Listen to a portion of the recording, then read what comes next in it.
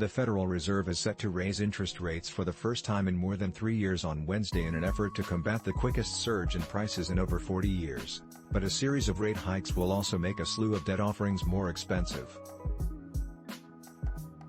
Fed officials are expected to announce an interest rate hike of 25 basis points at the conclusion of their two-day policy meeting Wednesday afternoon, but Fed Chair Jerome Powell hasn't been very clear about what may happen after that.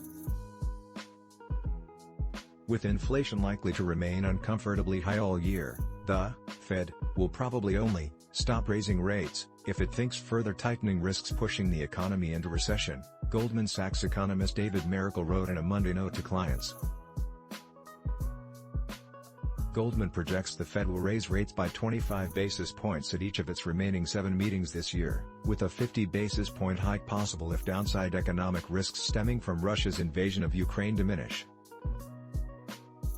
Historically low interest rates and trillions of dollars in unprecedented government spending helped keep the economy afloat during the pandemic, but levels of historically high inflation have rattled the market in recent months, and even more so recently.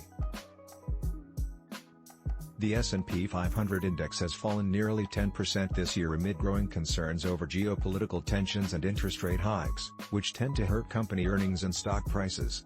$15.6 trillion.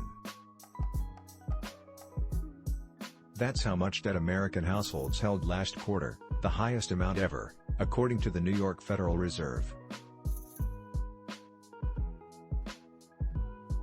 Though most of it is contained in fixed-rate housing debt, the overall figure jumped by the biggest amount in 14 years last quarter as fast-rising home and auto prices helped mortgage balances swell by $258 billion and car loans jump by $181 billion.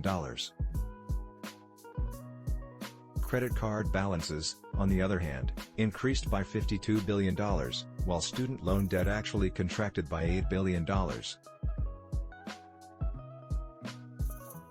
Inflation spiked 7.9% in February, hitting 40-year high amid growing uncertainty over record gas prices. Forbes Fed meeting minutes signal March interest rate hike still on track, Forbes.